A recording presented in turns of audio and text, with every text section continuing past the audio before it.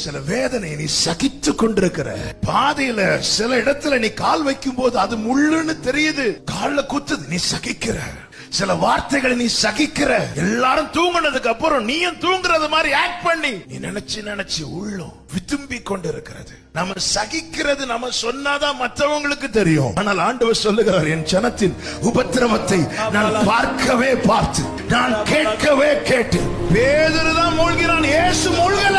நீ எந்த வீட்டுல இருந்து பதறி கொண்டிருக்கிறாயோ அதே வீட்டுல தான் அவர் சும்மா இருக்கிறார். நீ எந்த அறையில இருந்து தத்தளித்து கொண்டிருக்கிறீ, எந்த பெட்ல இருந்து கதறிட்டு இருக்கிறீ, அதே பெட்ல உட்கார்ந்து இருக்கிறார். கப்பலின் பின்னணி நித்திரை செய்திடும் ஓடுண்டு கவலையே எக்காலத்தும் நம்பிடுவோ திக்கற்ற